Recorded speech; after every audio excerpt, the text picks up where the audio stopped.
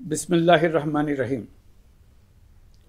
প্রিয় দেশবাসী, শিশু, কিশোর কিশোরী, তরুণ তরুণী, ছাত্রছাত্রী, বয়স্ক, বৃদ্ধ, নারী পুরুষ সবাইকে আমার সালাম জানাচ্ছি। আসসালামু আলাইকুম। আজ 5ই অগাস্ট, জুলাই গণ অভ্যুত্থান দিবস। বাংলাদেশের ইতিহাসের এক অবিস্মরণীয় দিন। 1 বছর আগে এই দিনে জুলাই গণ অভ্যুত্থান পূর্ণতা পায়। দীর্ঘদিনের ফ্যাসিবাদী শাসন থেকে মুক্ত হয় প্রিয় স্বদেশ। গত বছরের জুনে আদালতের একটি রায়ে সরকারি চাকরিতে কোটা পুনর্বহাল হলে দেশের তরুণ শিক্ষার্থী সমাজ বিক্ষুব্ধ হয়ে ওঠে। তাদের এই ক্ষোভ দাবানলে পরিণত হয় স্বৈরাচারের তুচ্ছ-তাচ্ছিল্যে, দমন পীড়নে, নির্বিচারে গুলিবর্ষণ, নির্মম হত্যাযজ্ঞের কারণে। স্বৈরাচারী শাসকের নির্দেশে পরিচালিত হত্যাযজ্ঞের সামনে নির্ভীক চিত্তে দাঁড়িয়েছিল এদেশের ছাত্র, শ্রমিক, জনতা। তাদের সম্মুখভাগে ছিলেন আমাদের অদম্য নারীরা। দেশকে স্বৈরাচার মুক্ত করতে অকাতরে জীবন উৎসর্গ করেছেন তাঁরা। আজকের দিনে আমি জাতির সূর্য সন্তান জুলাই শহীদদের গভীর শ্রদ্ধার সঙ্গে স্মরণ করছি। জুলাইয়ে যারা আহত হয়েছেন, চিরতরে পঙ্গু হয়েছেন, দৃষ্টি হারিয়েছেন, জাতির পক্ষ থেকে আমি তাদের প্রতি শ্রদ্ধা ও কৃতজ্ঞতা জানাচ্ছি। প্রিয় দেশবাসী, গত 1 বছরে আমরা অনেক সংকট ও সম্ভাবনার মধ্য দিয়ে পার করেছি। অনেক ঘটনা, দুর্ঘটনা আমাদের গভীরভাবে বেদনাহত করেছে। সর্বশেষ মাইলস্টোন কলেজে বিমান বিধ্বস্ত হয়ে ঝরে গেছে আমাদের কোমলমতি শিশুসহ বেশ কিছু মানুষের প্রাণ। আগুনে পুড়ে আহত হয়েছেন অনেকেই। এই ঘটনা আমাদের সবাইকে শোকস্তব্ধ করে দিয়েছে। এই দুর্ঘটনায় নিহতদের আত্মার শান্তি কামনা করছি। যারা এখনো হাসপাতালে চিকিৎসাধীন, তাদের দ্রুত আরোগ্য কামনা করছি। এই ভয়াবহ দুর্ঘটনার পর সিঙ্গাপুর, চীন, ভারত সহ কয়েকটি দেশের যে সকল চিকিৎসক এবং নার্স আহতদের সেবায় অক্লান্ত পরিশ্রম করেছেন, তাদের প্রতি কৃতজ্ঞতা জানাচ্ছি। যারা রক্ত দিয়ে আহতদের পাশে দাঁড়িয়েছেন, কৃতজ্ঞতা জানাচ্ছি তাদের প্রতিও। প্রিয় দেশবাসী, জুলাই অভ্যুত্থানের পর আমরা অনেক দূর পথ অতিক্রম করে এসেছি। আমাদের জাতীয় জীবনে শান্তি শৃঙ্খলা ফিরে এসছে, অর্থনীতিতে গতিশীলতা এসছে, সংকট দূর হয়েছে। মাত্র কয়েকদিন আগে যুক্তরাষ্ট্রের সঙ্গে আমরা সফলতার সঙ্গে শুল্ক আলোচনা সমাপ্ত করেছি। এর ফলে আমাদের অর্থনীতির সম্ভাবনা বহুগুণ বেড়ে গিয়েছে।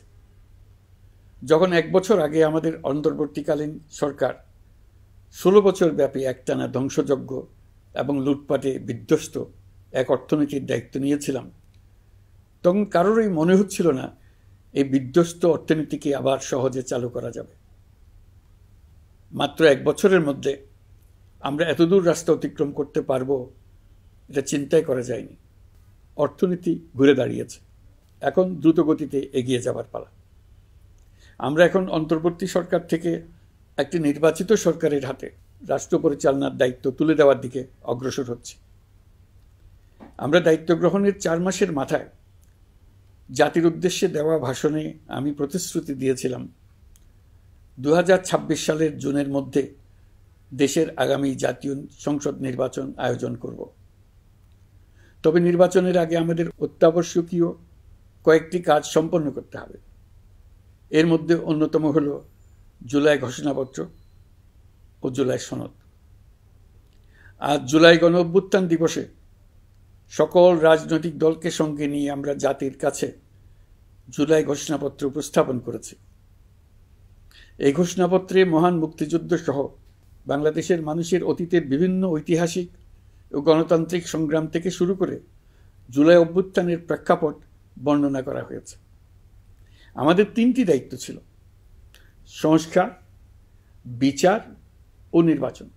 জুলাই অভ্যুত্থানের ছাত্র, শ্রমিক, জনতা দেয়ালে দেয়ালে যে প্রত্যাশার কথা লিখে রেখেছিল, তার অন্যতম ফোকাস ছিল রাষ্ট্র ব্যবস্থার গণতান্ত্রিক সংস্কার। সেই লক্ষ্যে আমরা বেশ কয়েকটি সংস্কার কমিশন গঠন করেছিলাম। তাদের মধ্যে প্রধান প্রধান সংস্কার কমিশনগুলো যে সুপারিশ পেশ করেছে সেগুলোর মধ্যে স্বল্প সময়ের মধ্যে আশু বাস্তবায়নযোগ্য বহু সংস্কার আমরা ইতিমধ্যে সম্পন্ন করেছি।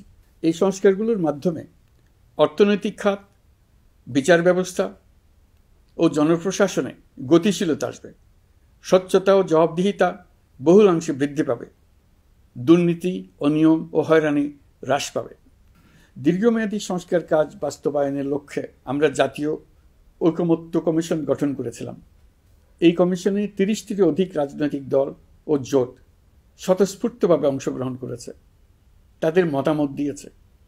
প্রাথমিক পর্যায়ে ঐকমত্য কমিশন 166টি সুপারিশ নিয়ে 30টির বেশি রাজনৈতিক দলের সঙ্গে প্রায় 2 মাস ধরে দলগত ও জোটগতভাবে আলোচনা করেছিল।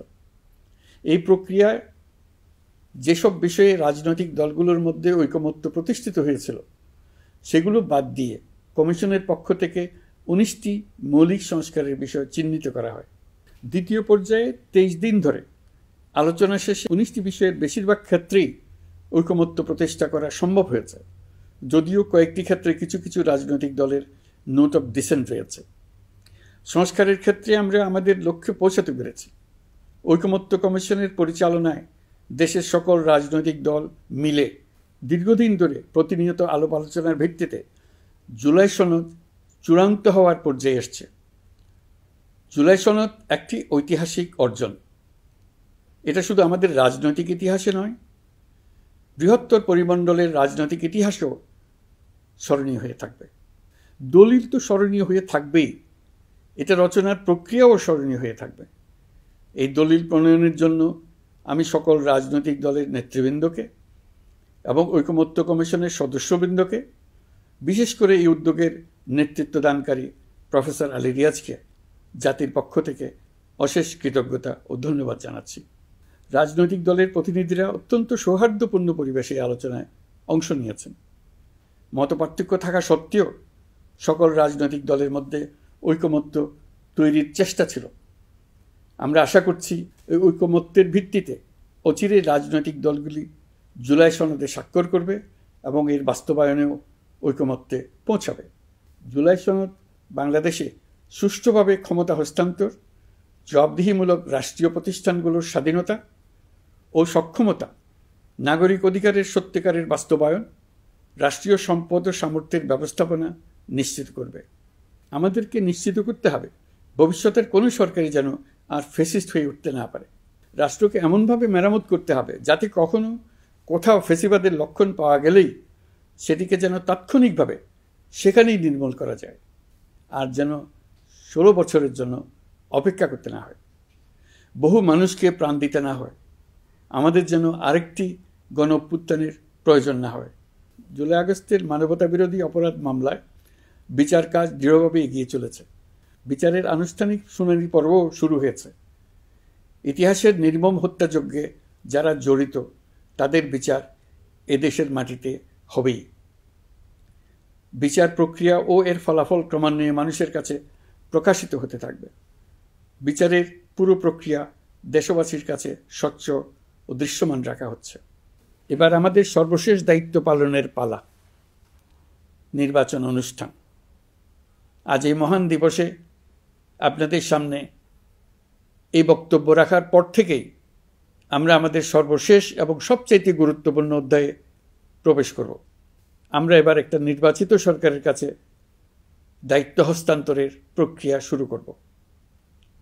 অন্তর্বর্তী সরকারের পক্ষ থেকে আমি প্রধান নির্বাচন কমিশনারের কাছে চিঠি পাঠাবো যেন নির্বাচন কমিশন আগামী রমজানের আগে 2026 সালের ফেব্রুয়ারি মাসে জাতীয় নির্বাচন অনুষ্ঠানের আয়োজন করেন। আপনারা সকলেই দোয়া করবেন যেন সুন্দরভাবে নির্বাচন অনুষ্ঠান করে এদেশের সকল নাগরিক একটি নতুন বাংলাদেশ গড়ার কাজে সফলভাবে এগিয়ে যেতে পারে। আমরা সরকারের পক্ষ থেকে এই নির্বাচন যাতে সুষ্ঠু, শান্তিপূর্ণ এবং উৎসবমুখরভাবে সম্পন্ন করা যায় সেজন্য সকল প্রকার সাহায্য সহযোগিতা প্রদান করব।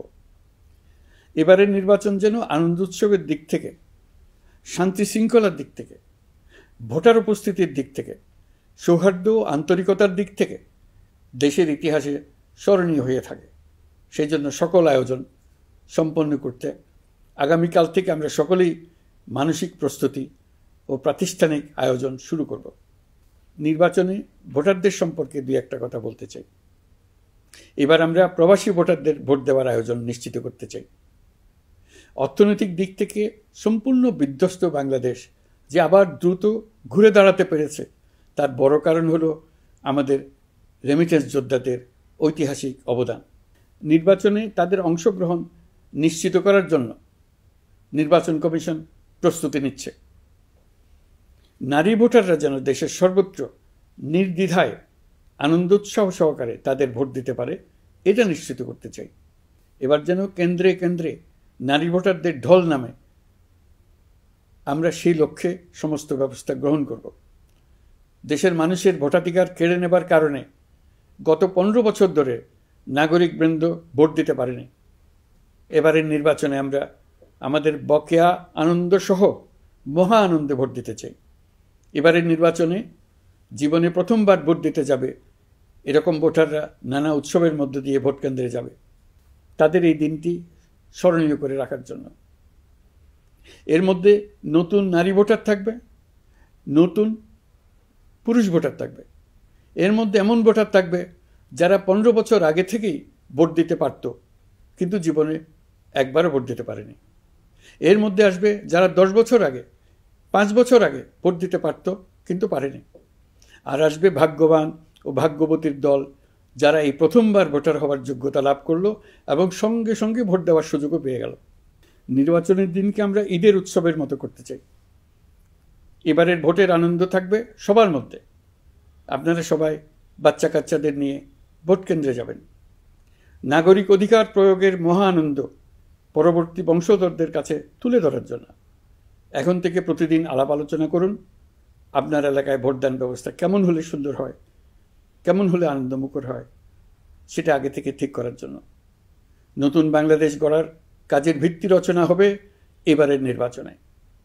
তার জন্য প্রস্তুতি নিন।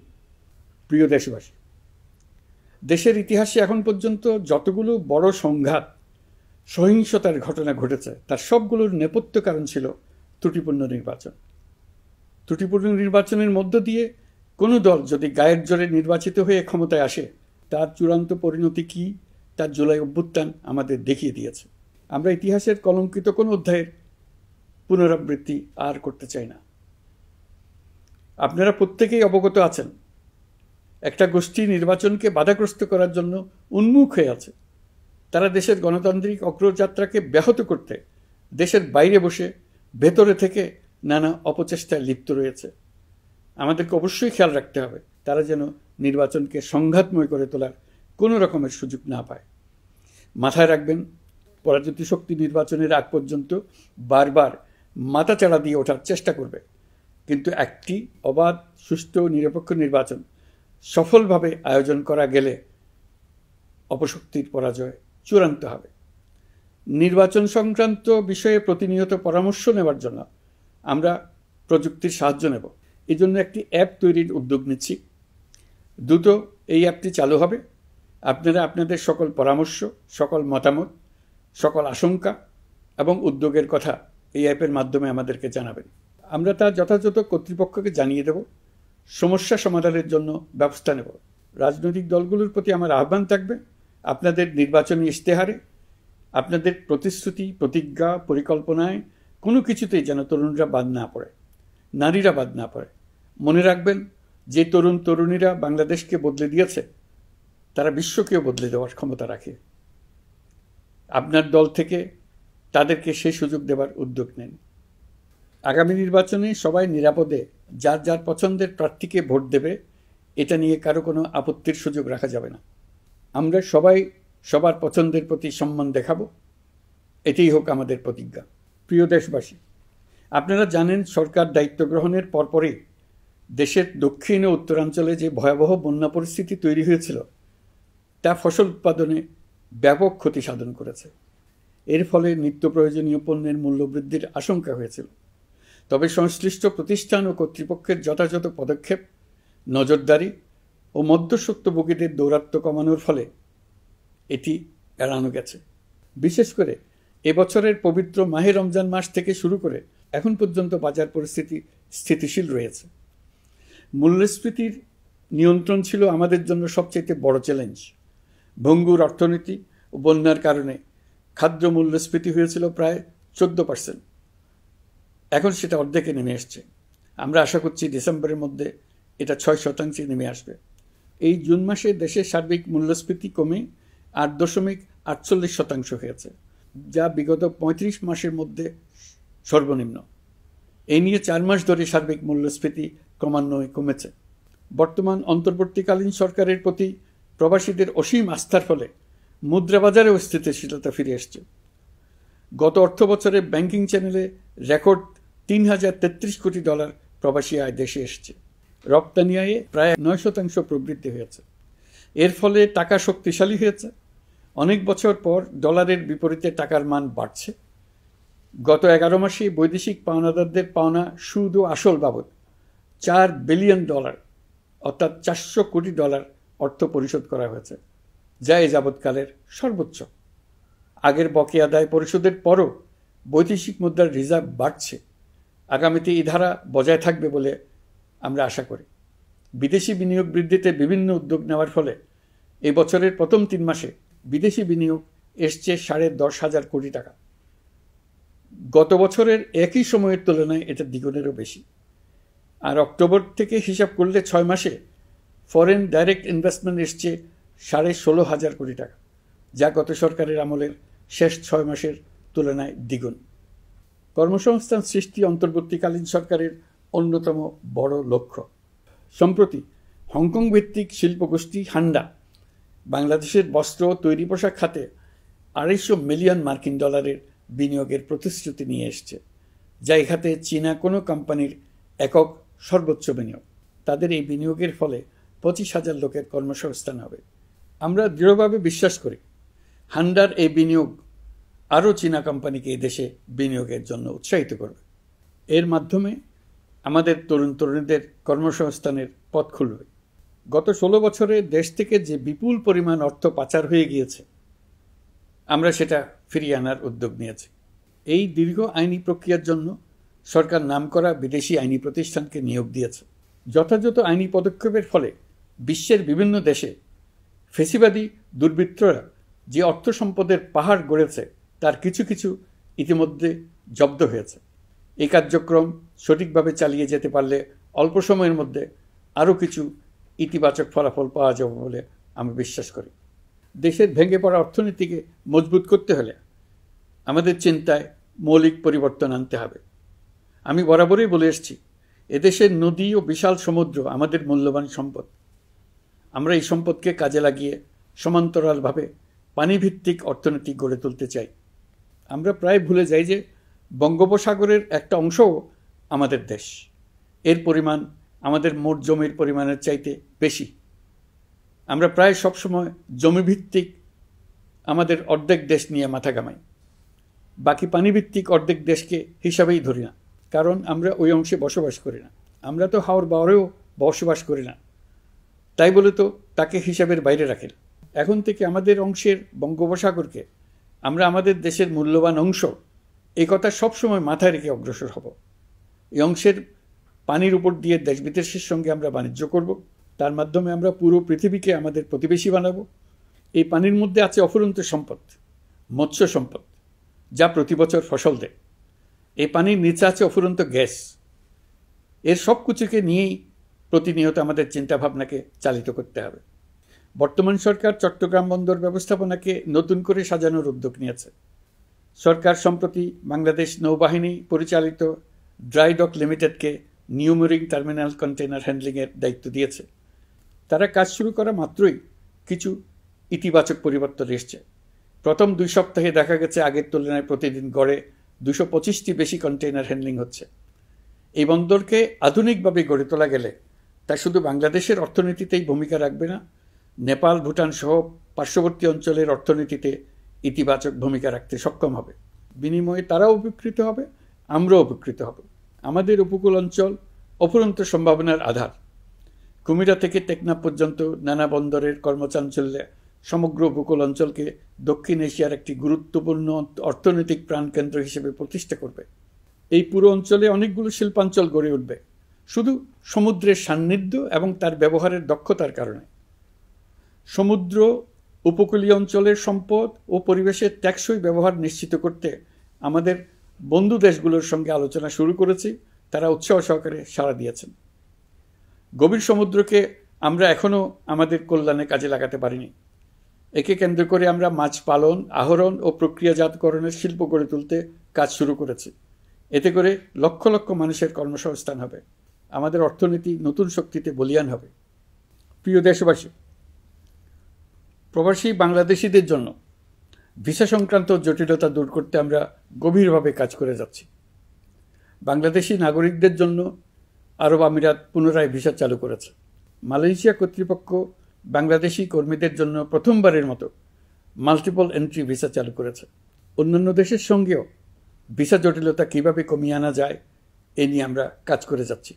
আগামী 5 বছরে জাপানে অন্তত 1 লক্ষ বাংলাদেশি তরুণদের পাঠানোর প্রস্তুতি শুরু করেছে।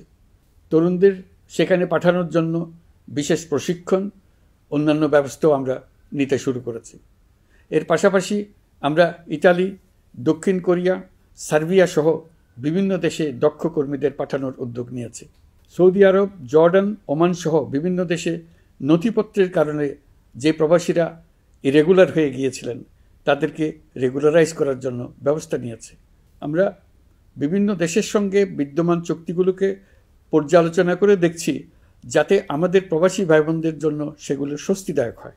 দেশে এবং দেশের বাইরে বাংলাদেশের নাগরিকরা যে যেখানে অবস্থান করছে তারা যাতে সব ধরনের নাগরিক সুবিধা পান, আমরা সেই বিষয়ে উদ্যোগ নিয়েছি। চলতি বছর আমাদের নানা উদ্যোগের ফলে প্রায় 87,000 বাংলাদেশি সুষ্ঠুভাবে হজ পালন করতে পেরেছেন। হজের ব্যয়ও অন্যান্য বছরের তুলনায় আমরা কমিয়ে আনতে পেরেছি। হাজিরা যাতে নির্বিঘ্নে হজ সম্পন্ন করতে পারে সেজন্য লাব্বায়েক নামে অ্যাপ চালু করেছে, যার মাধ্যমে ঘরে বসেই হাজিদের আত্মীয় স্বজন, পরিবার পরিজন তাদের অবস্থান প্রতি মুহূর্তে জানতে পেরেছেন। এই বছর দক্ষিণ এশিয়ার অন্যান্য দেশগুলোতেও আমাদের হজ ব্যবস্থাপনা প্রশংসিত হয়েছে। আগামী বছরের হজ ব্যবস্থাপনা যেন আরও নির্বিঘ্নে সম্পন্ন করা যায় সেজন্য মন্ত্রণালয় এখন থেকেই প্রস্তুতি নিতে শুরু করেছে। প্রিয় দেশবাসী, জুলাই গণঅভ্যুত্থানে তরুণ শিক্ষার্থীদের পাশে ঢাল হয়ে দাঁড়িয়েছিলেন আমাদের বাবা মা ও শিক্ষকরা। আমাদের বাবা মায়েরা তাদের সন্তানকে বহু কষ্টে বড় করে বিশ্ববিদ্যালয়ে পাঠায়। লেখাপড়া শেষ করে অনেক ছাত্র অসুস্থ হয়ে বের হয়। এর কারণ আবাসিক হলের নোংরা পরিবেশ, খাবারের নিম্নমান, তার উপর দলীয় সন্ত্রাসীদের দমনপীড়ন। বিশ্ববিদ্যালয়ে পড়াশোনার পরিবর্তে প্রতিদিন শিক্ষার্থীদের জোর করে রাজনৈতিক দলের প্রোগ্রামে নিয়ে যাওয়া হতো।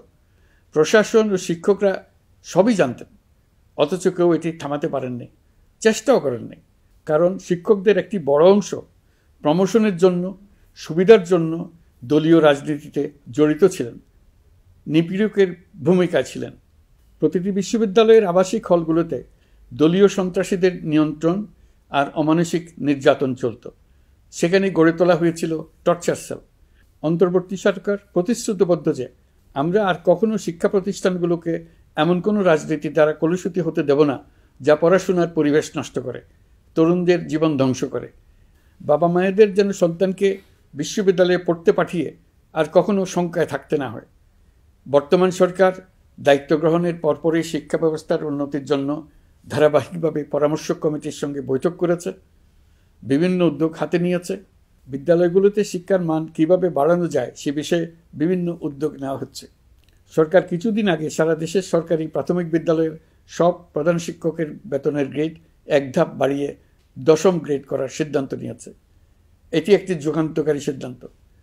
প্রাথমিক বিদ্যালয়গুলিতে শূন্য পদে 6,500 প্রধান শিক্ষক নিয়োগের প্রক্রিয়া চলছে। প্রাথমিকের পড়াশোনার পদ্ধতিগত পরিবর্তনের দিকেও আমরা মনোযোগ দিচ্ছি। সব স্কুলে ইন্টারনেট সংযোগ ও মাল্টিমিডিয়া শ্রেণীকক্ষ তৈরির নির্দেশ দেওয়া হয়েছে।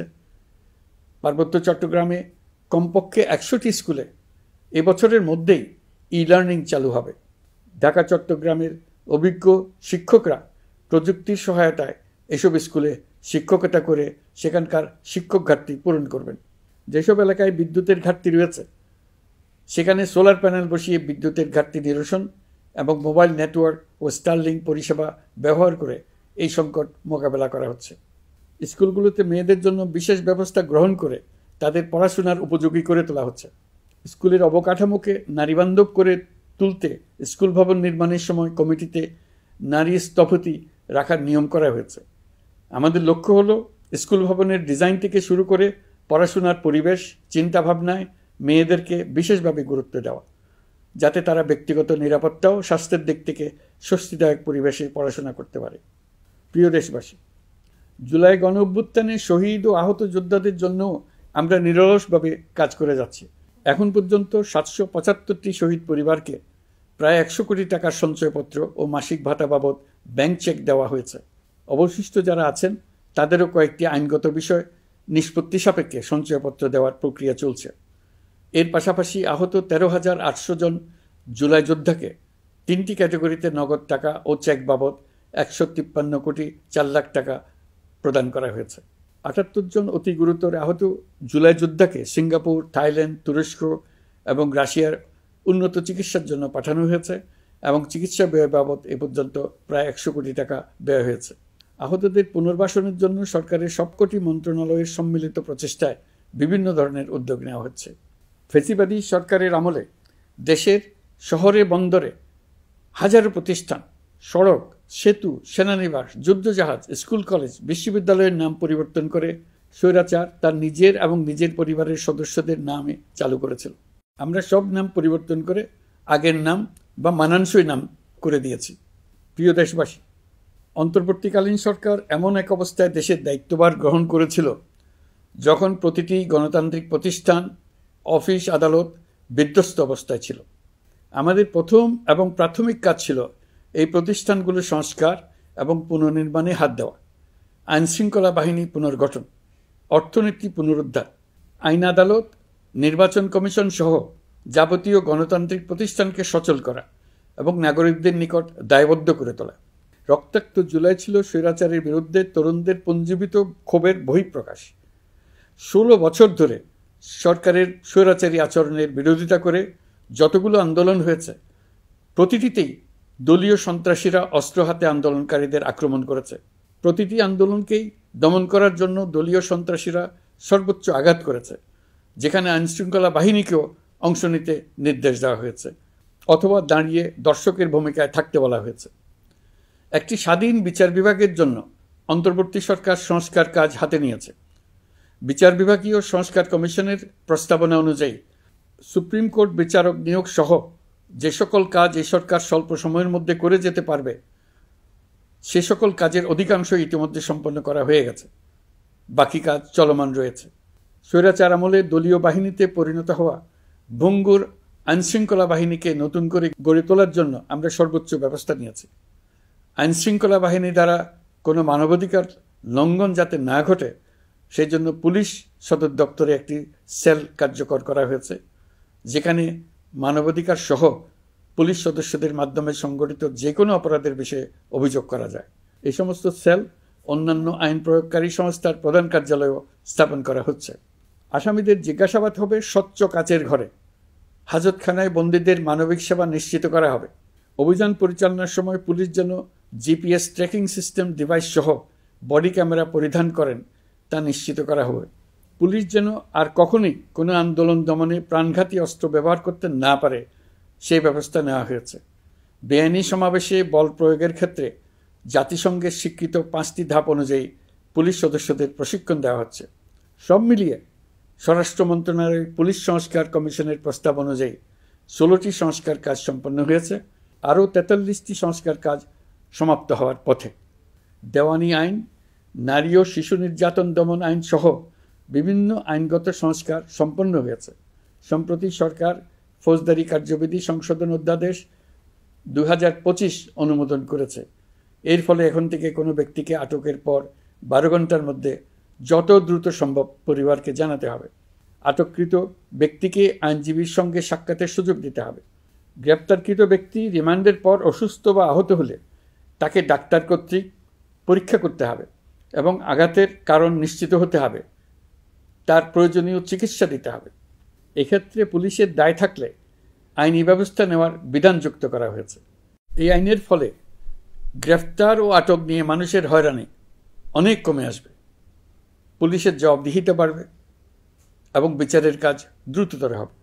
পুলিশ সংস্কার কমিশনের সুপারিশ ছিল কোনো ব্যক্তি থানায় জিডি করতে গেলে অবশ্যই তা গ্রহণ করতে হবে। জিডি গ্রহণ করা ছাড়া থানা থেকে কোনো ব্যক্তিকে ফিরিয়ে দেওয়া যাবে না। এই সুপারিশের ভিত্তিতে সরকার সিদ্ধান্ত নিয়েছে দেশের সব থানায় অনলাইনে জিডি করা যাবে। এখন থানায় জিডি না নেওয়ার আর কোনো অভিযোগ থাকবে না। গণতান্ত্রিক চর্চার অন্যতম প্রধান শর্ত গণমাধ্যমের স্বাধীনতা। অতীত ইতিহাসের দিকে তাকালে দেখা যায় মুক্ত সাংবাদিকতার ক্ষেত্রে প্রথম এবং সবচেয়ে বড় বাধা হিসেবে কাজ করেছে সরকার। অন্তর্বর্তী সরকার এইসব বাধা অপসারণে বিভিন্ন উদ্যোগ নিয়েছে। আমরা সমালোচনাকে উন্মুক্ত করে দিয়েছি। যে কেউ চাইলেই যে কোনো মাধ্যমে, সেটা মূলধারার গণমাধ্যম হোক কিংবা সামাজিক যোগাযোগ মাধ্যমেই হোক, সরকারের সমালোচনা করতে পারছেন। এমনকি রাষ্ট্রীয় গণমাধ্যমেও সরকারের সমালোচনা করা যাচ্ছে। নিকট অতীতে যা ছিল অকল্পনীয়। সাংবাদিকদের জবাবদিহিতা নিশ্চিত করার জন্য সরকার ইতিমধ্যে প্রেস কাউন্সিল পুনর্গঠন করেছে। আপনারা জানেন, সামাজিক যোগাযোগ মাধ্যমে প্রতিদিন বিপুল পরিমাণ গুজব ও অপতথ্য ছড়িয়ে পড়ছে। দেশকে অস্থিতিশীল করতে হাতিয়ারে পরিণত হয়েছে গুজব। অপতথ্য মোকাবেলা করার জন্য সাংবাদিকদের সক্ষমতা বাড়াতে বিভিন্ন ধরনের প্রশিক্ষণের ব্যবস্থা নেওয়া হচ্ছে। স্বৈরাচারী সরকার আমলে সাংবাদিকতার ক্ষেত্রে বড় বাধা ছিল ডিজিটাল নিরাপত্তা আইন, যা পরে সাইবার নিরাপত্তা আইন রূপে আবির্ভূত হয়েছিল। আমরা এই আইনটি বাতিল করেছি। এই আইনের অধীনে সাংবাদিকদের বিরুদ্ধে করা সব মামলা বাতিল করা হয়েছে। সংবাদ মাধ্যমের স্বাধীনতা নিশ্চিতকরণে এটি একটি বড় অগ্রগতি। নতুন যে আইন প্রণীত হয়েছে তাতে আগের আইনের নিবর্তনমূলক 9টি ধারা বাদ দেওয়া হয়েছে। আগের আইনের আওতায় করা 95% মামলায় এসব ধারায়। আমরা বিশ্বাস করি নতুন আইন প্রণয়নের পর সাংবাদিকদের আইনি হয়রানি বন্ধ হবে। গত বছর মানুষের প্রতিবাদকে স্তব্ধ করে দিতে ফ্যাসিবাদী সরকার ইন্টারনেট বন্ধ করে দিয়েছিল, যাতে গোপনে তারা দমন নিপীড়ন হত্যাকাণ্ড চালাতে পারে। অন্তর্বর্তী সরকার সাইবার সুরক্ষা আইন সংশোধন করে নতুন অধ্যাদেশে প্রথমবারের মতো ইন্টারনেটকে মৌলিক অধিকার হিসেবে অন্তর্ভুক্ত করেছে। সম্প্রতি আন্তর্জাতিক bandwidth real time internet traffic পরিবহনে 4 টেরাবাইট সেকেন্ডের মাইলফলক অতিক্রম করেছে বাংলাদেশ সাবমেরিন কেবলস পিএলসি। বাংলাদেশে ইন্টারনেট সেবার মান ভালো করতে সরকারের পক্ষ থেকে সর্বোচ্চ উদ্যোগ নেওয়া হয়েছে। প্রিয় দেশবাসী, আপনাদের আহ্বানে একটি ঐতিহাসিক সন্ধিক্ষণে আমরা দায়িত্বভার গ্রহণ করেছিলাম। জুলাই অভ্যুত্থানে সৃষ্ট নতুন বাংলাদেশের যে অভূতপূর্ব সম্ভাবনা জাগ্রত হয়েছে, তাকে এগিয়ে নিতে আপনারা আমাদেরকে দায়িত্ব দিয়েছিলেন। গত 12 মাস ধরে আপনাদের সবাইকে সাথে নিয়ে জুলাইয়ের দাবি পূরণের চেষ্টা করে যাচ্ছি। আসুন আজ জুলাই গণ অভ্যুত্থান দিবসে প্রতিজ্ঞাবদ্ধ হয়ে এই জাতিকে আমরা আর কখনো বিভক্ত হতে দেব না। আমরা সকল নাগরিকের প্রতি মর্যাদাশীল থাকব, তিনি যেই পরিচয়েরই হন না কেন। আমরা দৈনন্দিন জীবনে নানা ঘাত প্রতিঘাতে সাময়িকভাবে যদি পথভ্রষ্ট হয়েও পড়ি, প্রতি বছর জুলাই আমাদেরকে নতুন করে ঐক্যবদ্ধ হতে শক্তি যোগাবে। জুলাই তরুণদের উসিলায় জাতির আত্ম আবিষ্কারের মাস, ভুলভ্রান্তি শুধরে নেবার মাস, গর্তে পড়ে যাওয়ার প্রবণতা থেকে নিজেদেরকে রক্ষা করার মাস। জুলাই গ্রামে গঞ্জে, সরকারি বেসরকারি স্কুল কলেজে, বিশ্ববিদ্যালয়ে, ফসলের মাঠে, ঘরে বাড়িতে কিশোর কিশোরী তরুণ তরুণীদের কাছ থেকে তাদের আকাঙ্ক্ষাগুলো জেনে নেওয়ার মাস। নির্বাচন আসছে। যদি আপনি আপনার নির্বাচনী এলাকা থেকে দূরে বসবাস করেন, তবে এখন থেকে নিয়মিত নির্বাচনী এলাকা পরিদর্শন করুন, যাতে সেরা ব্যক্তিকে নির্বাচিত করতে আপনি প্রস্তুত হতে পারেন। যাদের তাজা রক্তের বিনিময়ে আমরা আমাদের এই অতি মূল্যবান অধিকার ফিরে পেলাম, ভোটটা দেওয়ার আগ মুহূর্তে যেন তাদের চেহারা আমাদের চোখে ভেসে ওঠে। ফেব্রুয়ারি বেশি দূরে নয়। নির্বাচন নিয়ে প্রস্তুতি নিতে নিতেই ভোটের দিন এসে পড়বে। বহু বছর আমরা কেউ ভোট দিতে পারিনি। এবার আমরা সবাই ভোট দেব, কেউ বাদ যাবে না। সবাই যেন বলতে পারি, নতুন বাংলাদেশ গড়ার পথে দেশকে রওনা করার জন্য আমি আমার ভোটটা দিয়েছিলাম। আমার ভোটে দেশটা সে পথে রওনা হতে পেরেছিল। জুলাই গণ অভ্যুত্থান দিবসে সকল নাগরিকের কাছে আমার আহ্বান, আসুন নতুন বাংলাদেশ গড়ার প্রথম বড় পরীক্ষায় সফলভাবে উত্তীর্ণ হই। মহান আল্লাহ আমাদের সহায় হন। আল্লাহ হাফেজ।